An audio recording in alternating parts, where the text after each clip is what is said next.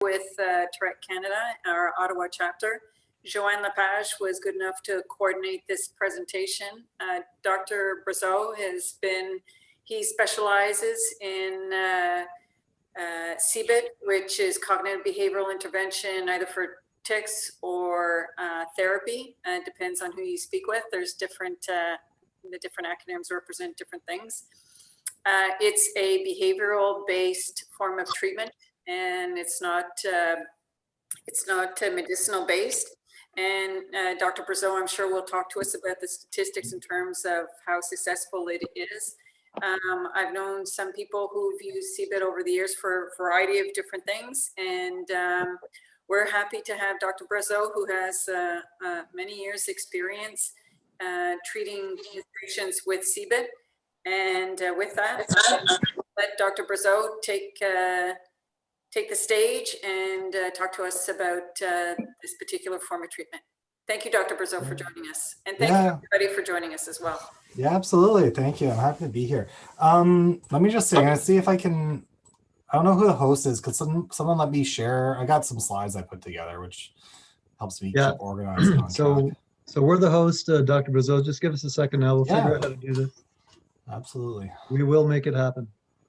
Smaller groups, I'd say people can just jump in at any point. I mean, the only downside to that is I might say, oh, I'm going to get to that in a minute. But I'm okay with people asking questions as we go. And we've gone ahead and hit a button that we think is going to be successful. So if you want to give it a go. Let's see. We shall test it out.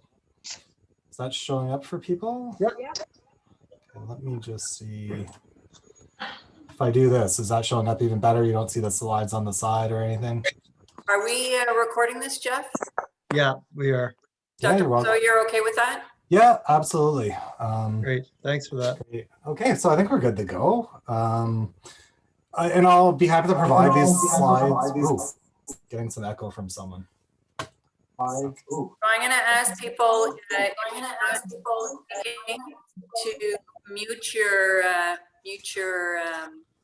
mute. Okay. Yep. That should solve it. And then just unmute yourselves if you want to jump in with a question.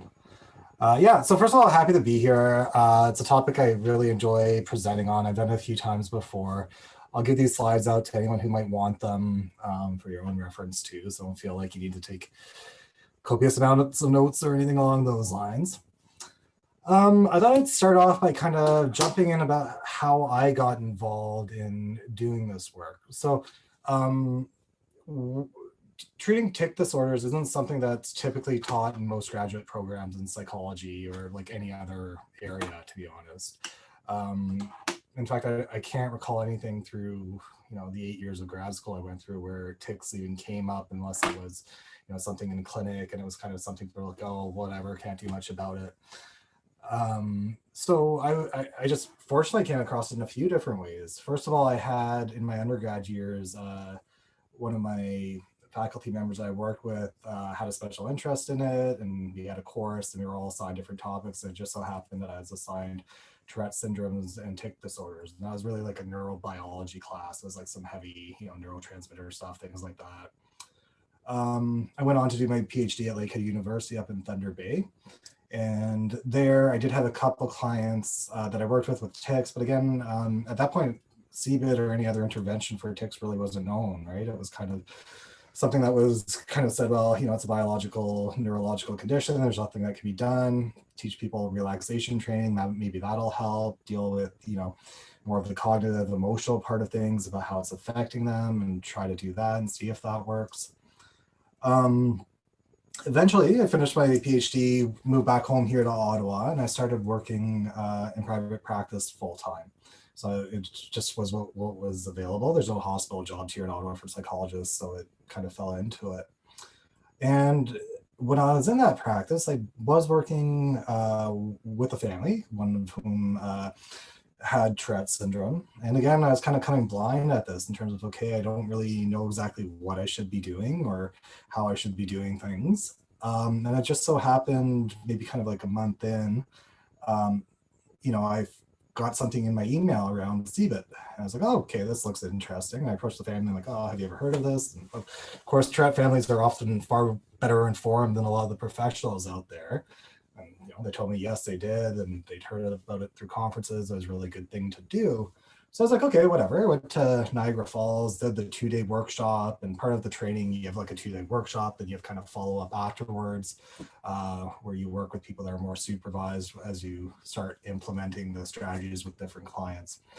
And that worked out well.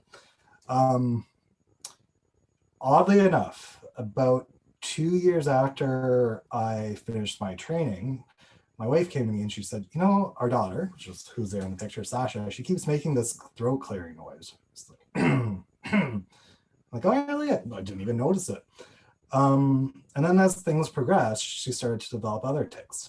Some of them were kind of hand motions, finger kind of bringing, and they've kind of evolved in time. So even though I never had it planned, and sometimes I even wonder would I even have noticed these things if I hadn't done the training and kind of educated myself, if I would have really picked up on these. So even though I haven't done CBIT with her,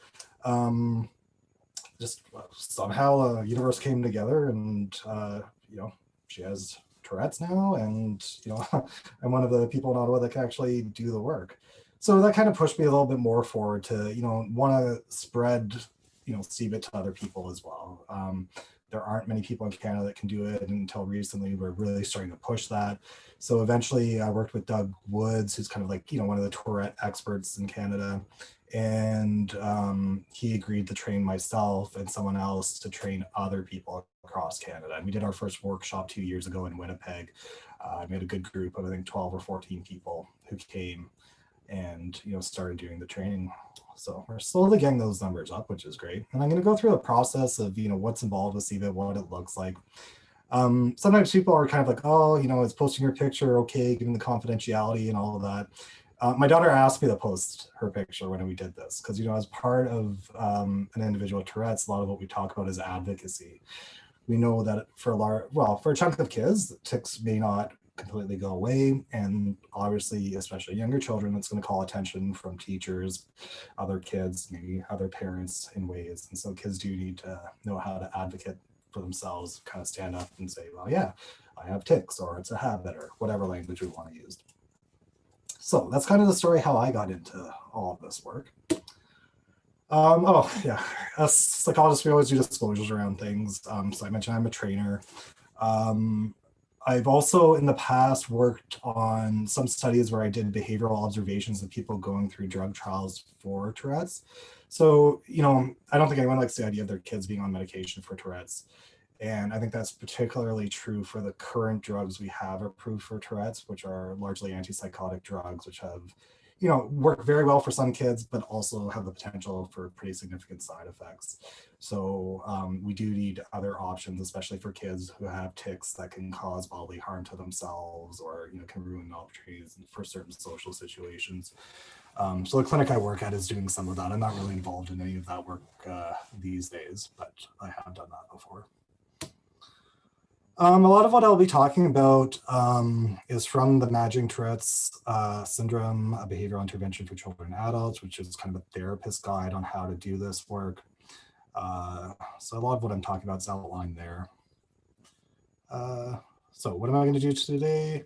An overview of CBIT, the evidence, who is it helpful for? I'll talk a little bit about how we can access it here in Ottawa, and the future of CBIT in Canada, or where I'm hoping it will go. Dr. Brazeau, Yeah. can I just interrupt you for a second? Yeah, This please. is Jeff, the host. What we're seeing on the screen, we're actually seeing your PowerPoint window, but we're not seeing the slides update. Oh, that's So strange. I wonder if maybe the slideshow mode that you're intending to show. Yeah, that is becoming happens crystal. sometimes. Give me 1 sec. I'll see if I can sort that out. That looks better. Oh, that worked when it was full screen. Okay, let me make it full screen on my end. Is that Okay, yeah, better? we're seeing a slide called disclosures right now. And then there's introduction to the full. Introduction. Okay, there we go. Now we should be in business. That's great. Thanks for doing that. Okay. Yeah, no worries. Thanks for letting me know. Please let me know if there's anything else technical that doesn't work properly. Where was it? Okay, so just kind of the overview. So I think you're all experts in this stuff as well. So you all know what tics are: sudden, rapid, recurrent, non-rhythmic movement or vocalization. We know that the source of this is largely biological. In particular, regions of the basal ganglia, frontal lobes, and our cortex are all involved in tics, or the connections between those different areas can be. And there's also, researchers say there's also differences in how neurotransmitters work in people with tic disorders versus those that don't. Essentially, we really focus on the biology of the basal ganglia, which really acts as a clearinghouse. It accumulates samples of information that's being sent around our brain and kind of acts, as you'll see on the next slide, kind of like a traffic light for signals. So if I want to pick up the pen on my table here, a signal from my motor cortex would go down to my basal ganglia. My basal ganglia would say, yes, that's an appropriate signal, and would send a signal down my spinal cord to my arm, and I'd pick it up. What we think is happening in Tourette's is, for some reason, that traffic light is flickering on and off at times. So signals that are supposed to be stopped or inhibited kind of go through anyways. And so as a result of that, we have movements throughout the body. And as you know, tics can be so varied. Sometimes they change in terms of severity or location. And that's all because that region of the brain, the basal ganglia, is being constantly bombarded with different signals from those motor cortices that we have.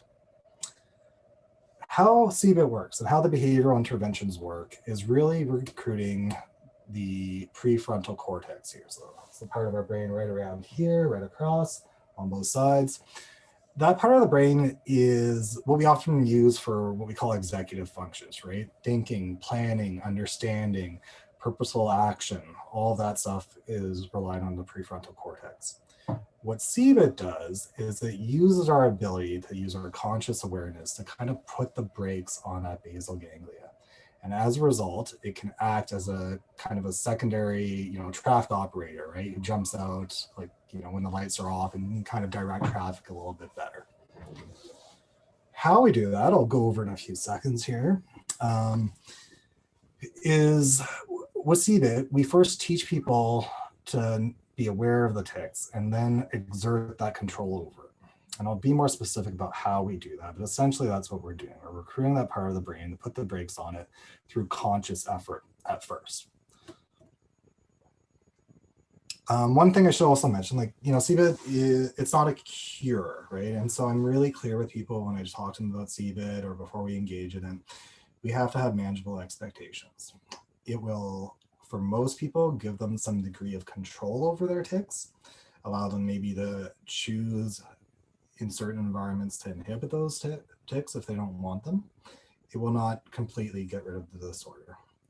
Now, in the research and kind of in my practice as well, once in a while, for some individuals that follow a protocol, like step-by-step, put extreme effort into it, I have seen a small number of people, go from having Tourette's to, after a year, not having Tourette's, based on the diagnostic definitions. There's sometimes still some things going on in addition to that, but it's extremely rare, and I would never set anyone's expectations up for that to be them because it's just not realistic. I'll give the exact numbers like a little further down about what the research studies say. Treatment outline. Actually, right now, it's probably a good place to stop before I go into the specifics. Does anyone have any questions about anything I've mentioned so far about kind of the biology or any of that fun stuff?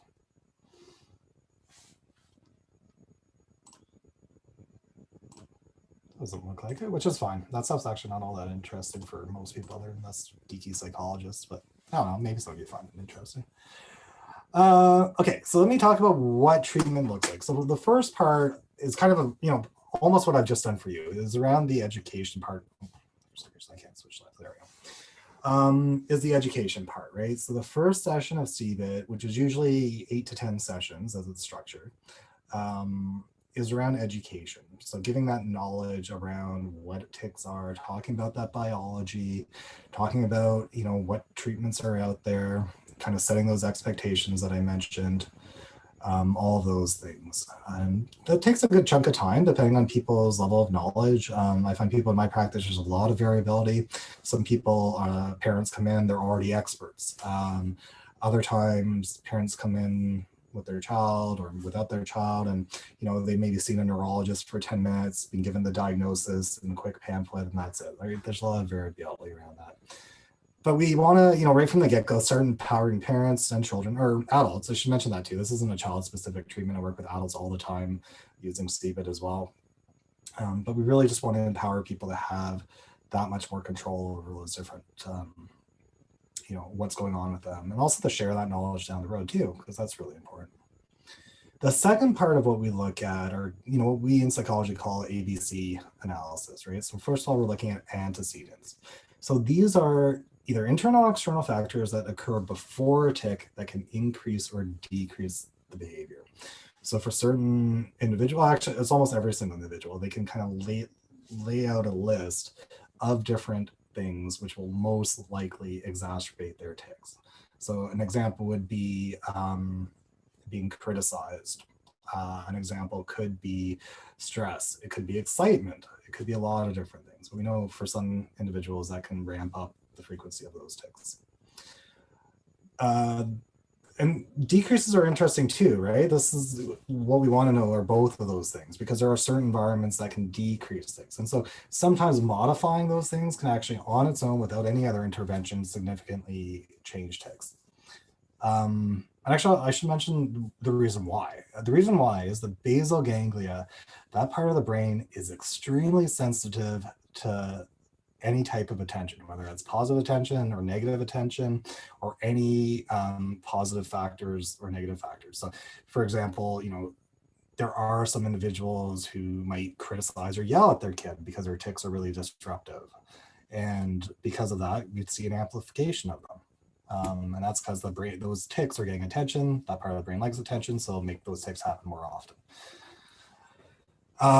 And that, I should also say, I don't think I've ever met a parent in my practice with a child with a tic disorder that has not been trying their best. Maybe once or twice in the years I've been doing this work, but for the most part, parents are always trying their best with their knowledge base. And we've done that in our house too. When my daughter's throat was like through the roof, on a couple of occasions, I remember, we get her like a hot honey drink because her throat was sore, right? And of course, that's what any good parent would do. The problem is you just have to time that appropriately, right? Like maybe that wasn't the right time to do that, right? And that's actually more of a consequence, but there's lots of different things that can come out of it. The behavior that we're looking at is what is produced. So in this situation, which type of tics kind of flare up because of the environment. We're also interested in kind of looking at other things that happen. Is there some anxious behavior, some aggression when those tics ramp up? And then we're also looking at consequences. So after the tic happens, is there anything in the environment that could contribute to that increasing? So actually the example I gave of the warm honey drink after a sore throat because of the bout of tics, well, that's a consequence, and that consequence could actually increase the frequency of tics because that part of the brain just loves that kind of attention. So we have to be mindful of that. And it's also important that us as parents, or those of you that are parents, are also aware of those things, right? There can be these little things that are coming from a really good place, which inadvertently can sometimes ramp up those tics. Yeah, so that's kind of the education part, right? It's talking about them, trying to understand the contextual factors that contribute to them. And that usually takes a session, sometimes a session and a half. Next part is we do what we call a tic analysis and ranking. So first of all, we establish a hierarchy of tics. So this is where I would go through, okay, let's go through all the tics that you're currently dealing with. And we always target the tics that are most uncomfortable, impairing, or cause of social attention. So we kind of go through and figure out like which of the tics are at the top of your list in terms of the most annoying, frustrating ones that you want to deal with. And we come up with a list. Now, for some people, that list is one or two, right? For someone with a simple tic disorder, they might not have a whole multitude of tics. It can be a pretty small list. Other people, it could be a page, 2 pages. And we can't fix all the tics at once, or we can't work on all the tics at once. We want to really choose which one is most upsetting or frustrating. And part of that is also the motivation. We want to get like some good success early on in treatment to kind of keep treatment going. Because as I'll talk about in a minute, the practice that goes on in terms to solidify this work is intense. It takes a lot of time, takes a lot of effort. And if there's not high motivation, it typically does not work. Once we have that good list going, we try to describe and reverse engineer the tic. So what I mean by that is we get an exact description, first of all, of what the tic actually looks like. So this is just purely a physical description. So I'll give an example of one. I don't know if you can all see me. Can most of you see me in the camera on the side? It depends on how you have the layout. But if so, it'll be helpful because I'll kind of mimic a couple. So let's say I have a tic that's like an arm flailing one, so something like that. So a tic description would go through in minute detail all the different actions involved in that tic. So it might be something like, a slight rise in the shoulder, and then notice my arm going back slightly, and then the arm slightly flailing up and fingers going up in the air. It's interesting to do this because when I do this with people, most of them are like, oh, I really never really thought about my tic that way or in as much detail, but that's what we want to do until they can get all the different little parts to it. The other part of that is working on trying to get that premonitory urge or that tic urge that typically happens before that tic actually flares up. Now, people are at a very different place when we start with doing that work. Some people are very well acquainted with that urge. Some people have never experienced it before. And there are ways to get them to be more aware of that urge, which we'll talk about in a few seconds. But that's really what we want to get a good idea. So we get the most upsetting tic or the most frustrating one. We get a really thorough description of it. We get a good description of what that urge looks like. And then we're on to the next stage, which is awareness training. So that sometimes happens in the second or third session, depending on how things are going and how much information we've been able to go through. So how we get people to recognize that urge. So first of all, we review what we've done in terms of the whole description. We try to get to that urge, and we try to really understand like all the specifics of that urge. Because initially some people can say, well, I feel kind of like a tickling under my armpit. And then we say, okay, let's talk about that. Let's maybe, because some people can voluntarily do their tics, I'll say, would you mind doing that tic a few times so I can see it, see if you notice anything, and just really trying to pick up on what that sensation is. And the more people get into it, the more they might even realize something else. Like, actually, you know what? That urge doesn't actually start right under my armpit. It's actually more up my neck, then it creeps down into my armpit. I'm like, okay, great. I need to know that because we're really trying to figure out where does the tic really start, because that's how we'll intervene with it. But once people have the urge, we play catch the tic. So all that is I'd be sitting across from someone I'm working with. I'd say, for the next few minutes, what we're going to do is every time you get that urge to do the tic, I just want you to put your finger up. You don't have to say anything. We're just going to talk about random day-to-day things. But anytime you get that urge, put your finger up. Now, some people are like, well, I can't get that urge. Okay, in that case, what we do is just switch around and say, okay, well, what I'd like you to do then is if you can catch the urge, great, put your finger up. If you can't catch that urge, what I'd like you to do is put your finger up as soon as you notice you've done the tic. So the second you do it, just put your finger up. Again, only working on one tic at a time here. So we're not focusing, for people that have like 9 or 10 of them, we're just focusing on that one tic.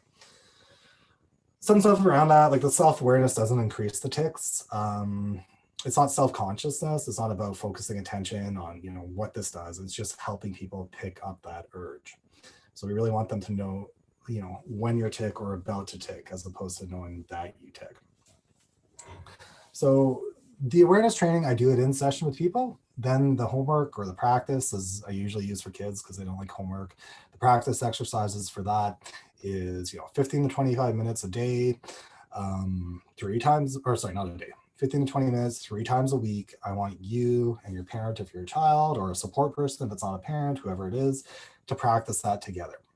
When you're practicing with your support person, what they're going to do is while you're doing, a day-to-day activity, maybe having dinner, maybe watching a movie, they'll remind you if you miss a tic. Now, the reminder isn't a judgmental thing. It's not chiding. It's also not being like, oh, good job, because remember that part of the brain really likes attention. So we want to have kind of a neutral stance from whoever the support person is. So it's more like something like, oh, you missed a tic. Remember to do your exercise. Put your finger up when you get that urge or when you have that tic. With practice, the vast majority of people will pick that up within a week or two and get fairly good at catching that tic. Now, usually when people are ready to move on to the stage is when they're around like that 75% mark. If they're catching most of them, I feel comfortable moving on to the next part of treatment. This for some people can take a few weeks though. And you know, the nature of tics too, they wax and they wane. So sometimes I see people on the third visit, they're like, well, you know, I wanted to do that, but that tic's gone. And now I have this new tic that's really bugging me. So then we got to, okay, let's go back through. Let's do the description of that other tic. Let's figure out that one. Okay, let's see if that one sticks around and we'll keep working on that. Yeah, so you got to, one of the things about, you know, when I do this work, so you got to be flexible, right? Tics are unpredictable, and you know, so you got to be ready to shift and move gears session by session. It's fine. Makes my job a little bit more exciting and keeps me on my toes. We also do relaxation training in those first 3 sessions. Now, a couple of reasons we do relaxation training. First of all, the first one we do is tense and release. It's got a few other names. Muscle relaxation was the name for that. Jack Hogan relaxation. But basically, it's where you go through your body, tensing muscles, relaxing muscles from head to toe over the course of a few minutes. The reason we do that is more secondary, right? A lot of those tics can cause wear and tear on the muscles, can cause a lot of muscle tension.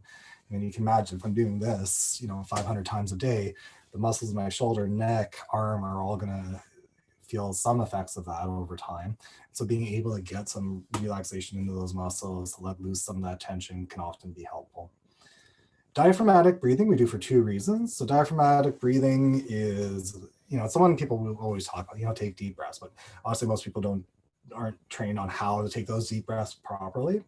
But really it's that belly breathing, right? So the idea is to take deep breaths, either in through the nose, out through the mouth, or vice versa. The more important part, I don't know if you can see it here, but to get it right deep into the belly. So it should be so the belly should go out. This should stay kind of stable. Sorry, I just hit my mic. I hope that wasn't too loud for anyone.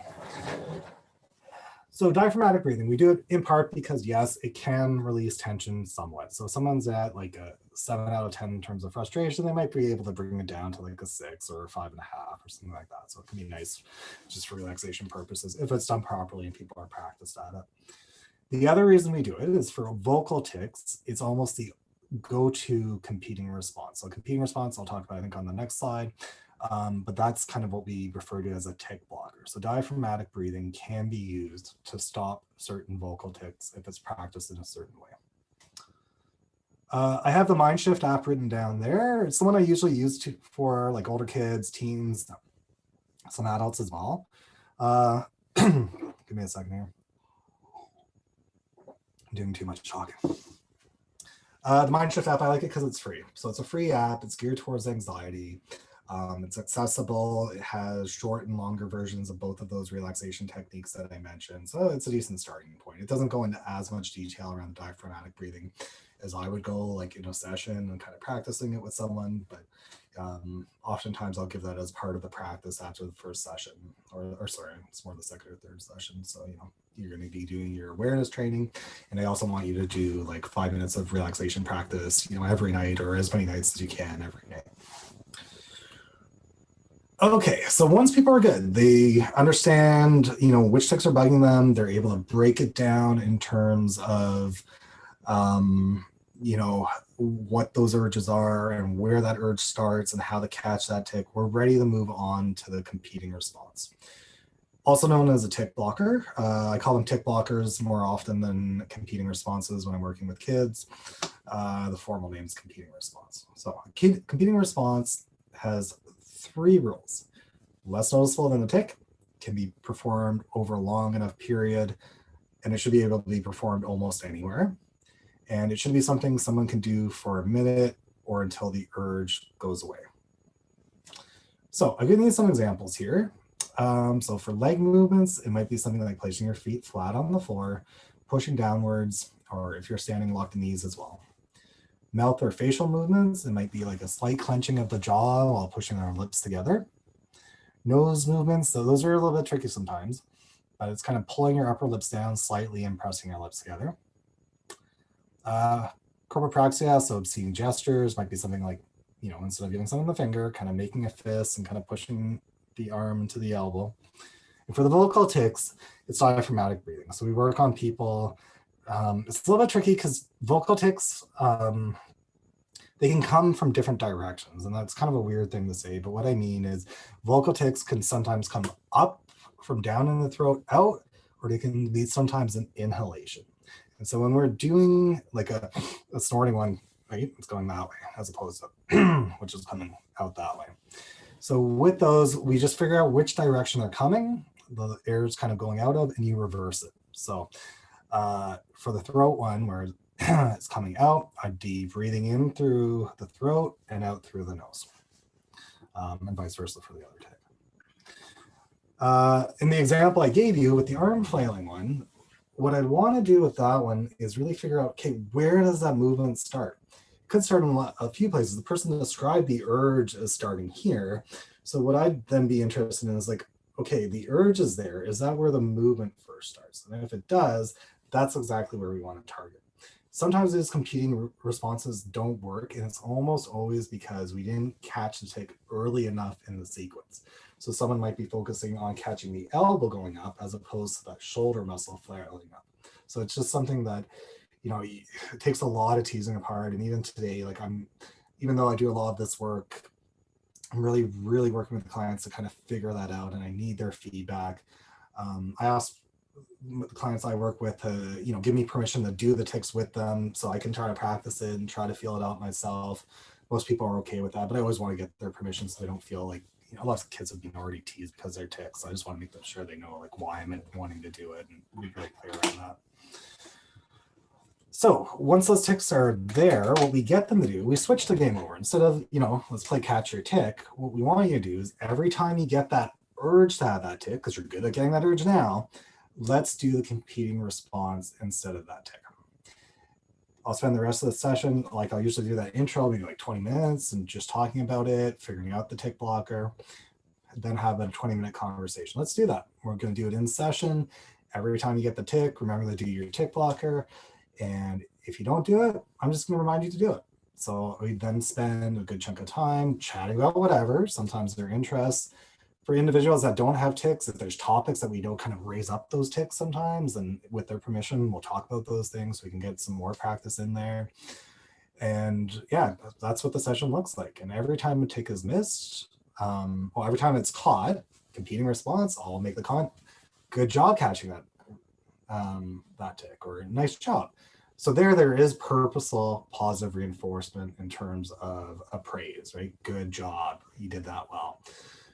While that's a nice thing to do from a therapist's perspective, what it's also doing is taking advantage of that basal ganglia and it liking praise and positives. So you're essentially kind of giving that brain a little token. Thank you very much for doing that competing response instead of doing that tic. If it's missed, neutral tone, oh, buddy, you forgot to do your practice exercise. Remember to catch that tic, or remember to do your tic blocker next time. That's it, right? No, nothing too big, just a quick little reminder. Remember to do it. Practice after that session is go home, again, same time frame, 15 to 25 minutes. I want you to practice that with your caregiver ideally, or your support partner. You can do this with adults too. If adults have a partner that's willing to put the time and effort in with them, great. Otherwise, sometimes they have to do them on their own, which isn't as effective, but better than nothing. And it's practice, practice, practice. When people come in the next session, what we do is we then move on to the next tic on that hierarchy. Okay, the shoulder one was bugging you last week. Let's work on, I don't know, you can choose whichever you want, like maybe the mouth movements, right? And you add that on, it goes through the same process. Let's do the tic description. Let's do the awareness training. Let's do the competing response.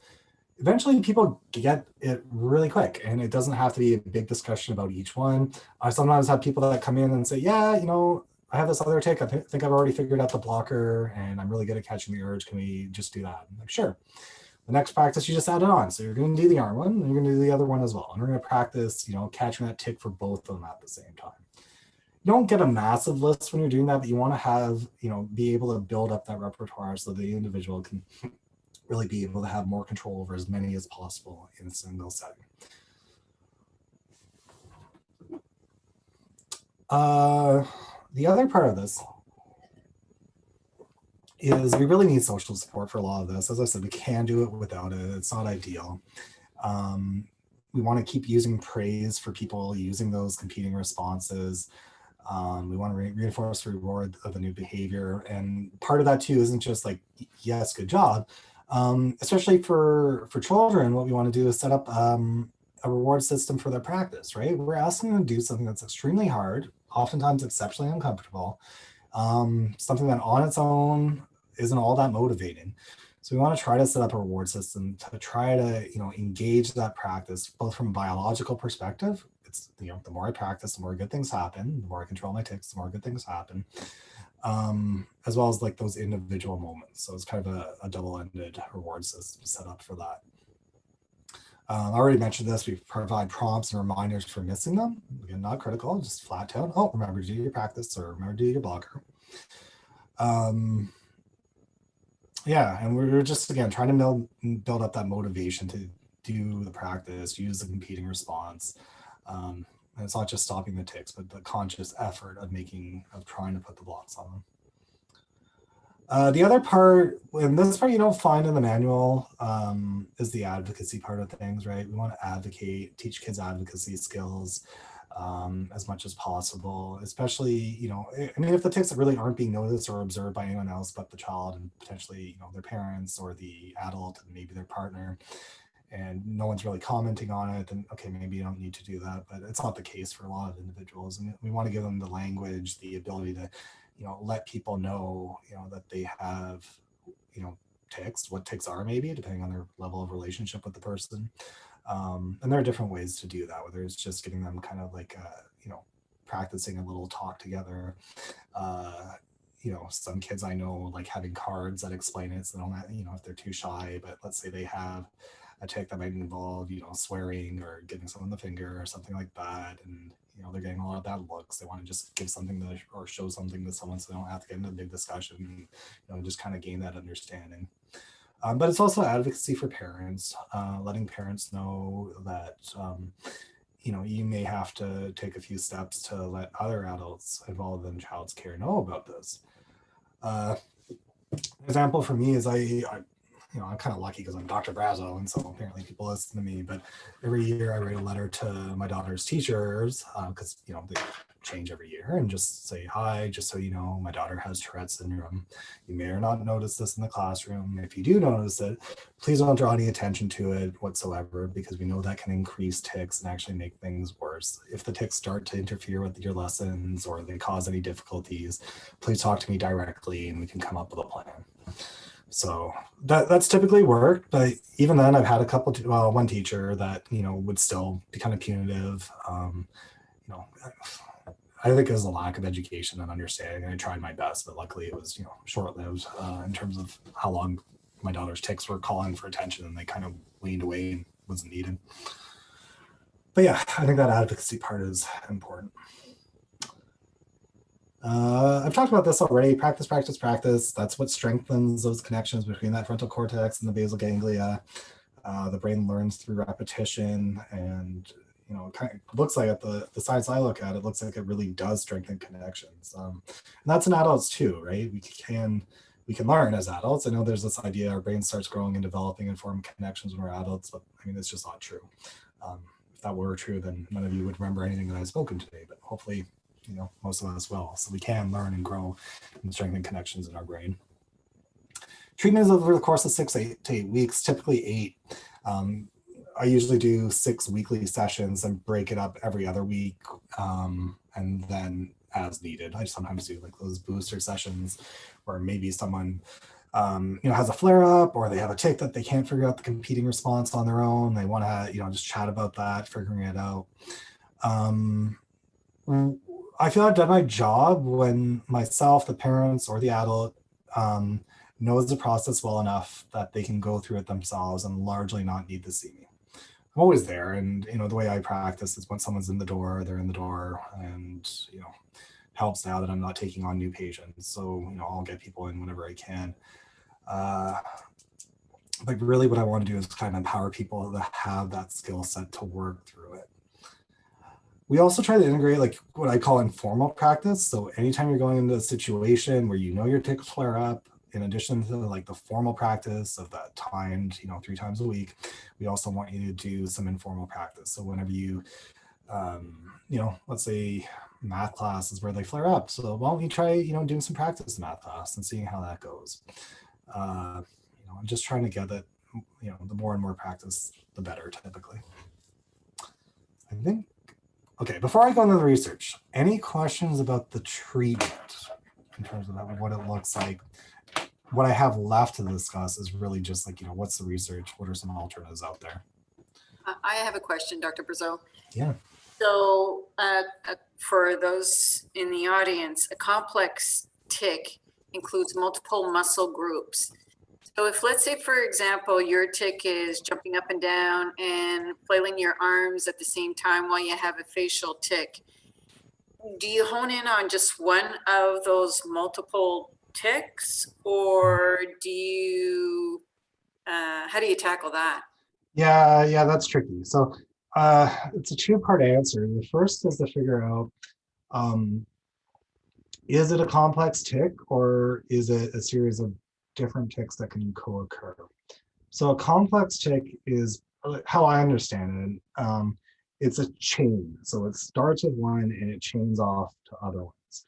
Whereas you can have a flare-up of tics that aren't, in terms of time, linear, right? So a complex tic is typically, not always, because it's Tourette's, nothing's perfectly predictable, unfortunately. But a complex tic is typically a chain of events that occur in a fairly predictable pattern. So if it's a complex tic like that, then what you do is you focus on that first link in that chain. Okay, so your feet jumping off is the first place. Let's work on that. And when we do that, I hate to give specific numbers because they haven't been studied. Off the top of my head, like 60 to 70% of the time, if we can stop that first part of the chain, the rest of the chain doesn't happen. Not always, but I mean, that's typically, what happens with those. If it is actually just multiple tics that are all kind of piling on top of each other, what I would do with that is try to figure out, okay, which is the number one that causes you the most discomfort, that you find to be a big pain. And let's zero in on that one. Let's hammer that one out. Let's just see what happens to the other ones kind of around that. I think part of what can happen there is that one kind of tic that causes the most disruption, that's such a focus that the other ones might kind of just filter in around the same time. Not necessarily, but I'd want to get rid of that one. Well, not get rid of it. I want the person to have more control over that, potentially get rid of it if they're lucky, before I move on to like the other different ones scattered around. Thank you. Yeah. I did have another one, was how much, when you're doing a tic, how much of it is a tic and how much of it is OCD, where you have developed an obsession of with this ritual? Yeah, that's a great question. Especially like the co-occurrence of Tourette syndrome and OCD is about 30%. Same with ADHD, right? Those are the ones that kind of cluster together as far as we know. The honest answer is, well, it's another 2-parter. So compulsions, like, and like the movements associated with those, like, if it's an OCD thing, most often there should be an obsessive component. So that's more of a cognitive component versus a physiological component. So typically with OCD, there's, if I don't do this, then, right? If I don't do this, then something bad will happen. Someone might get in a car accident. I might get cancer. I'll get an infection. Not always though. The other part of that is like, there is that what we call like just right OCD. If I don't do that, it's just not going to be right. But in that, like, they're both cognitive or mental phenomena that drives the behavior. Whereas with tics, what we're usually looking at is that urge, like it's a physiological signal that's coming through. Now I say that, but there's all types of shades of gray when it comes to that. At the end, though, if you look at the treatments for OCD and you look at the treatments for tics, there's a lot more overlap than there is. So when I'm working with someone with pure OCD, we do exposure and response prevention. So in that, we're exposing someone to a situation that makes them want to do whatever the compulsion is. They feel that anxiety around it. We get them to resist doing that compulsion. And over time, with the right amount of practice and motivation, what should happen about 75% of the time when people go through treatment is they learn that if they can ride through that anxiety wave, their compulsion to do the touching or the tapping or whatever it is, hand washing, starts to go down. When we do tics, it's almost the other way around. Well, I mean, it's a similar principle. We get them to practice competing response instead of doing the tic. So I've been in a situation, I'm in this situation weekly probably, where I'm like, I have no idea. Like, I can't really figure it out. Is that like an OCD thing? Is it a tic? I'm not sure. But if the premise that underlines like the best treatments for those are find a way to ride it through until the urge goes away, whether it's a psychological urge or physiological urge, let's do it. And let's see if that will work through it. One of the big difference from a treatment perspective is if it is more of a psychological phenomenon that's driving it, we also probably need to give people skills to deal with that, the worry that comes with that, the what ifs, and if I don't. And that's more of the cognitive behavioral therapy versus more of the behavioral interventions that we use for tics. So that's where the difference is a little bit tricky. And that's where, I mean, I guess that's one of the big arguments about why, if you're doing this work, you also have to be practicing dealing with OCD clinically, because it's extremely easy to confuse the two. I did this workshop with a bunch of psychologists, or I did a more hands-on version of this workshop with psychologists a few weeks ago, and a lot of them were saying we have no idea what the difference is. And these are people that have hopefully worked for years with OCD and have some awareness of tics, and they're struggling with it. So sorry, that was a really long answer to a question that could be much more simple. Thank you, I appreciate that. I have a question. In the case, if you have a tic, like one tic at a time, and sometimes, a tic, the same tic will last for a couple months or, maybe a little bit longer, and then you pick up a different tic. My question is around if doing this practice, you're just kind of going to move yourself down that path to the next tic, like you solve one tic and then another one pops up. Yeah, which is why I want people to have that degree of control as they kind of move through. And again, hopefully don't need to see me forever, because, again, my job's done when people don't need to see me. It's the worst business model ever, but that's what I do. So for that, I really want people to have the process. But the other thing is, once people have the process down, they often start just applying it to the other things, right? They can figure out, oh, okay, well, I did that for this one, maybe this will work, and they kind of figure out on their own how to handle them. And the other odd thing that happens is with that kind of strengthening of that connection, sometimes it generalizes. So you work on a few tics, and suddenly the person says, well, you know what, it's odd. I've only been working on these two, and then a lot of the other tics I had just seem to come down.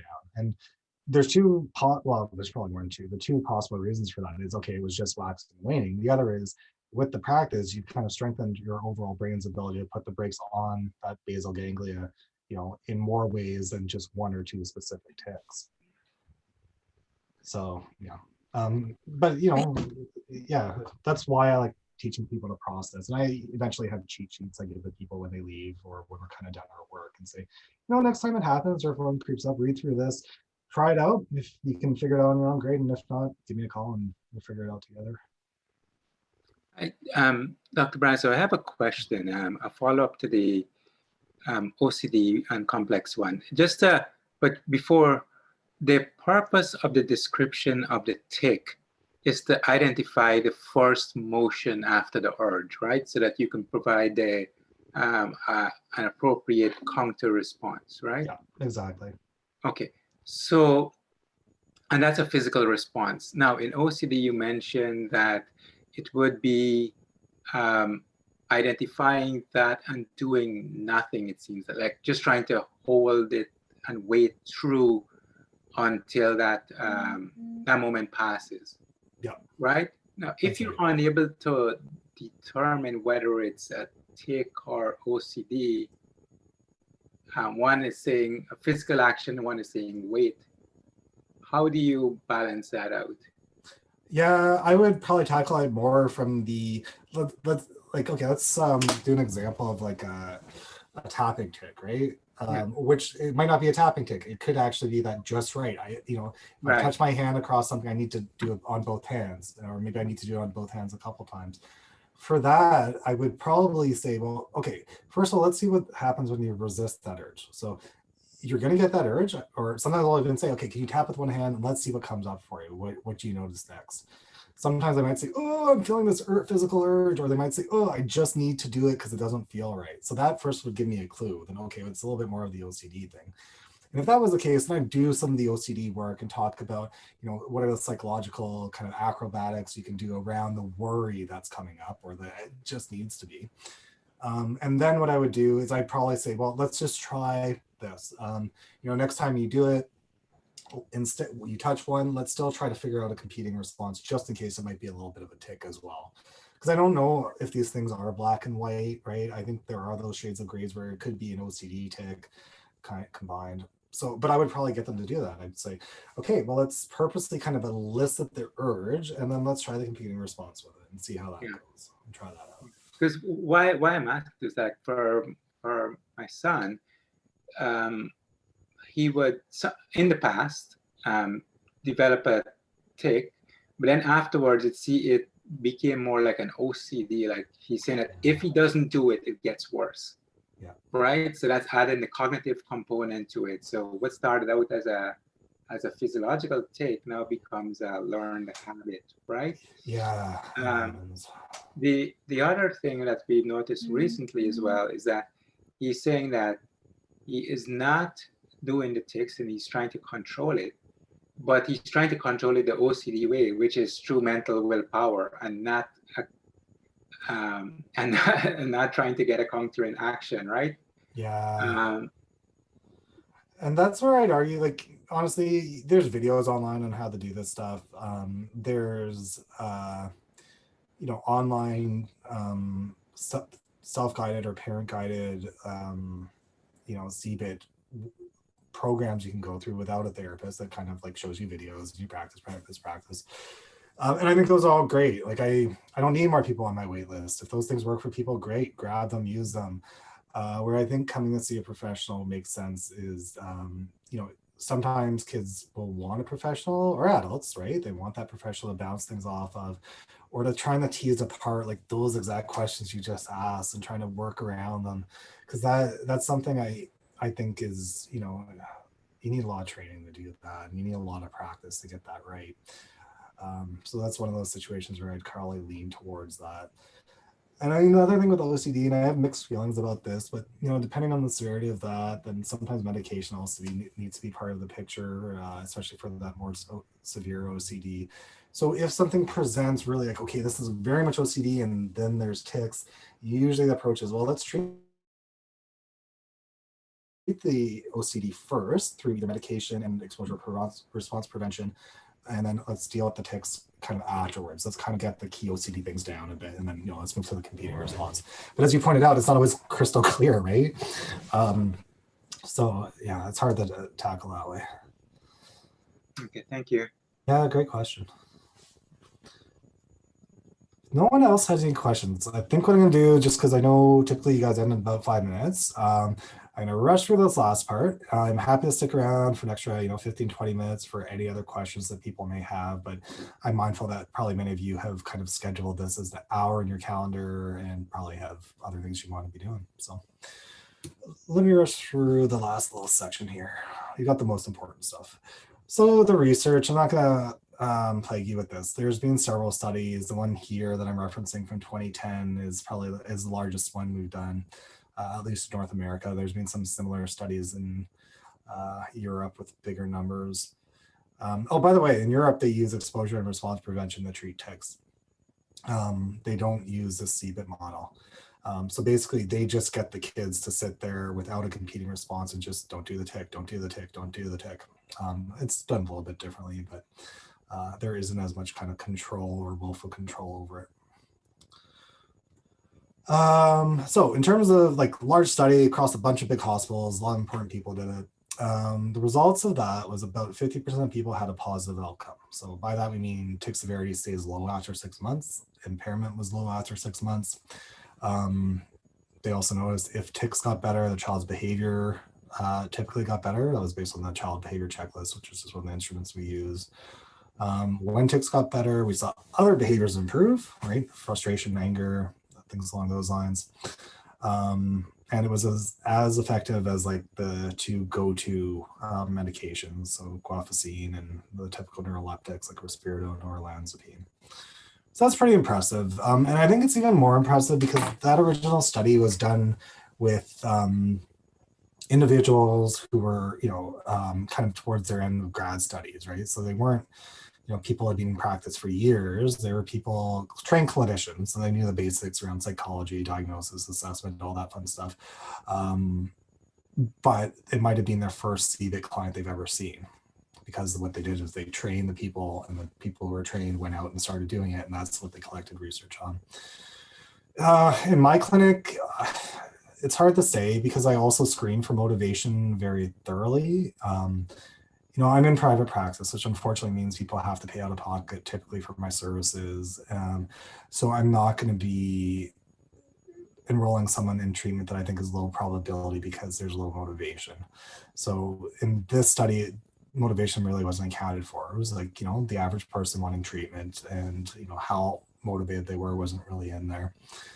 So there's a couple of variables. I think this number is actually higher, and some of the other studies are higher. I think it's probably closer to the 50 to 75%.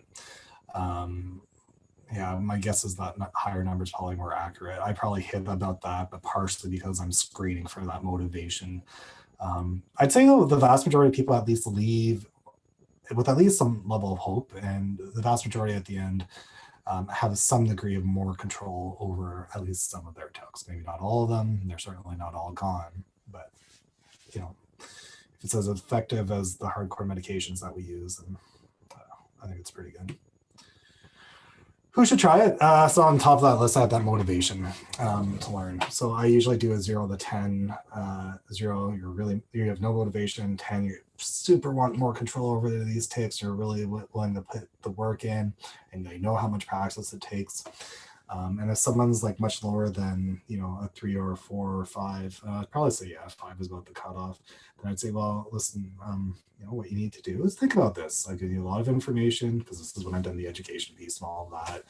And maybe now's not the time, but if you do feel really motivated and you want to put the work in, I'm here, and I'll see you whenever I can if you want to do that work.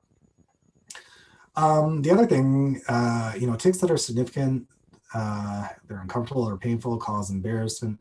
Those are the best ones to target. And especially in the younger children that I see, where parents are maybe coming in for initial consultation just to understand, like, does their kid have tics? Is it more an OCD thing? Some kids don't care, right?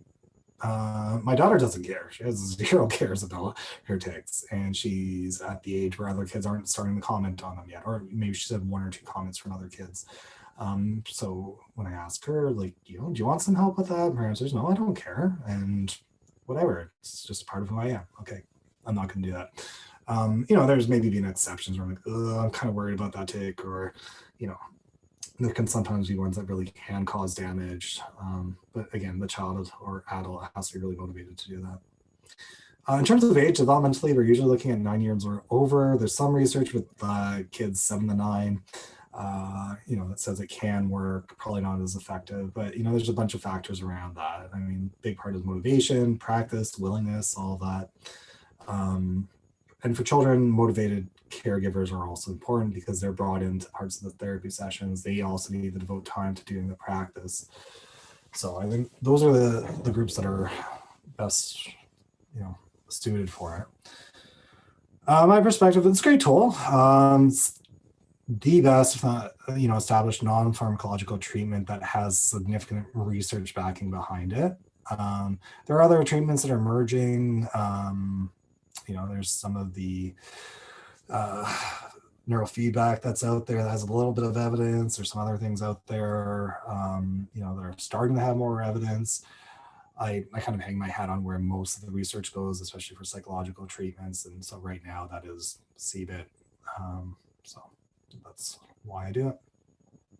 High motivation I've gone over and over again, so I won't belay that point. Yeah, most effective when there aren't any other pressing mental health concerns. So, you know, severe anxiety, depressions, you know, severe OCD, any of those other things, best to treat those first, then move on to the tics if they're still going. And part of that is sometimes, you know, kids with anxiety, significant anxiety, you treat the anxiety, the tics go away. So no point in doing CBIT anymore. So it's just something worth considering. Sometimes I do see people in my office who, you know, it's not a priority, or at least, you know, for the kid, it's not a priority. So it's just best to move on to the other mental health stuff if it's there. CBIT will not address the other most frequently co-occurring conditions like ADHD, OCD, and difficulties with emotional regulation. There are treatments for all of those that are out there. CBIT will not deal with those. I mean, it might for some of the quasi OCD tic behaviors that we're not sure of, but it shouldn't be an expectation. I guess the last one is like, I feel it's important to let healthcare providers know about CBIT. A lot of them don't. You know, even, you know, there's not many neurologists. The people at CHEO are really good for it, but, you know, some of the adult neurologists have no idea that CBIT exists or is an option because they've just never really been told. So if you run into people that aren't aware of it, I encourage you just to share it with people. Yeah, I'm not going to go over this, but as you all know, like there are medications are pretty heavy. We're still looking at different alternatives. I'm not involved in the research at this point. Not that I wouldn't be, it's just not a priority for me right now. The physicians I work with at my clinic, there is, I think, one trial that's ongoing. So if there's, you know, anyone out there who, you know, really doesn't want those medications or they have bad side effects, but they're looking for alternatives, you know, there are occasionally research studies through the physicians I work with. So that's all kind of the formal presentation that I have. As I said, I know it's probably what, a couple minutes after 8. I won't, or I will stick around. So feel free if there are any other questions to throw them out there. Dr. Brazeau, what would you say, like you talked about motivation. So if I were interested in engaging in CBIT, would that be the greatest challenge to adhere to the program is a question of motivation? Yeah, I think it is number one. Like it's just so intense, right? Like it is. And what I'm asking people to do is purposely put themselves in a really uncomfortable situation. You know, what I do at the workshops when I'm training clinicians about, like, you know, what's it like to have a tic? I say, well, open your eyes and keep your eyes open. Don't let them close. And I get them to do that for, you know, a minute straight. And you start to get this itchiness, this soreness that's coming up. And that's probably not nearly as bad as those urges that build up when we're asking people to do some of those CBIT tics. So, you know, there is purposeful discomfort that people have to go through. And so there has to be that drive to A, do the practice, and B, deal with the discomfort in the service of, you know, reducing the frequency of these tics over time. Right. And Dr. Woods in the United States trained you on CBIT. So I just wanted to show a book to everybody. So to be clear, if you do plan on engaging in CBIT, you need to deal with a therapist who is trained in CBIT.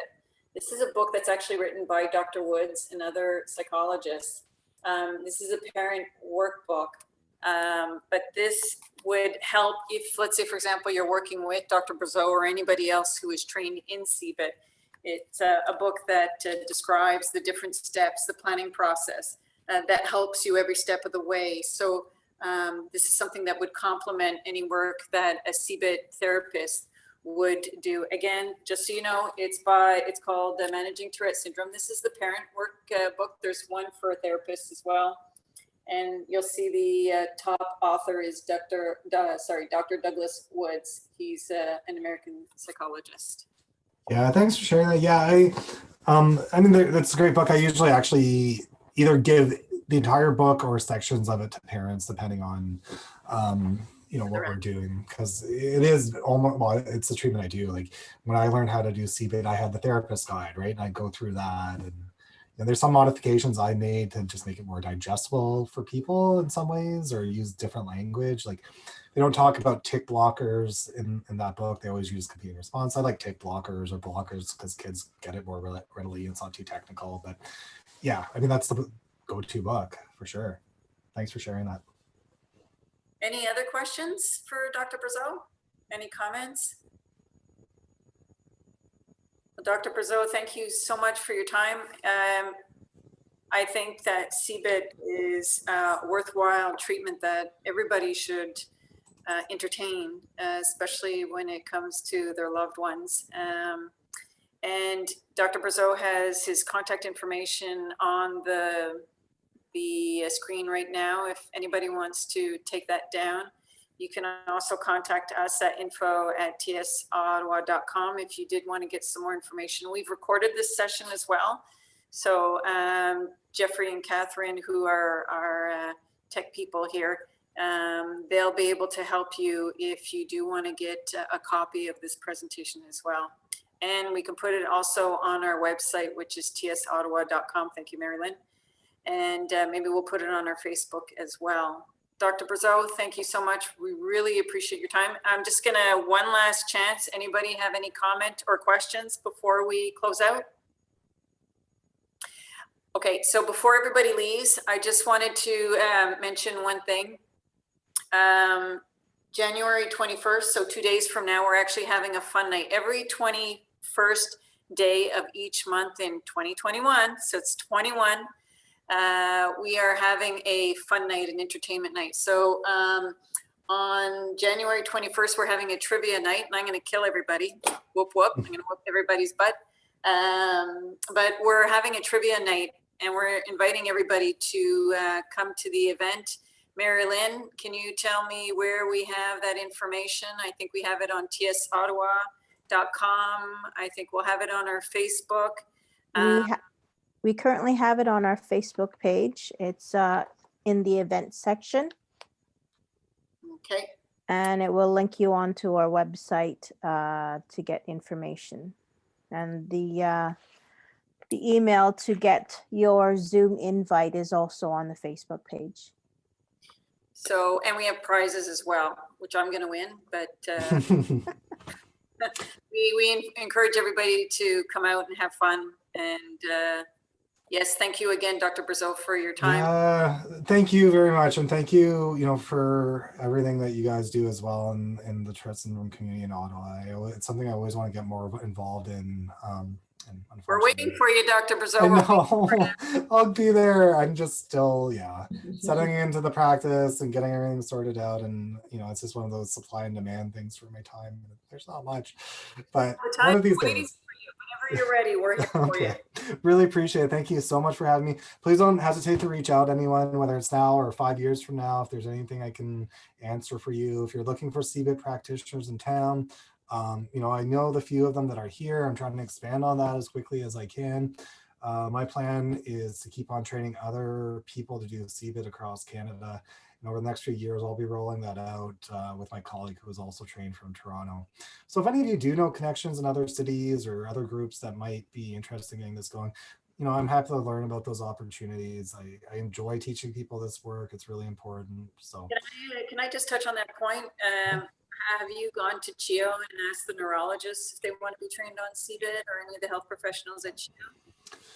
We had, well, here's the honest truth. The other than one person at CHEO, they send their people to me, and one other person that's taking on people. So they don't have the resources really, other than maybe the most severe cases, to do CBIT. So I'd love to train everyone to do CBIT, but you know, part of the thing is, and I'm trying to get past this as well, like CBIT, yeah, I mean, it is a treatment, so it can cause some side effects or increased tics if not done properly, which is why you want a regulated professional to do it. It doesn't have to be a PhD level psychologist, though. I think it could be opened up to other professions that have, I think in particular, like a regulatory body, you know, someone to be held accountable to if they do mess up or don't do the training, and just, you know, so it's just one of those things. But, you know, I think occupational therapists, I think it can just be opened up to other, you know, again, regulated health care practitioners. So nurses could easily do this work. You know, it's just a matter of getting the funds to train people and get this more out there. Yeah. Okay, everyone, I'm going to sign off. I got to go do bedtime around here anyway, so it's perfect timing on my end. Thank you. Take care, and again, don't hesitate to reach out to me for anything. Thank you so much. Thank you. Night, everybody. Bye.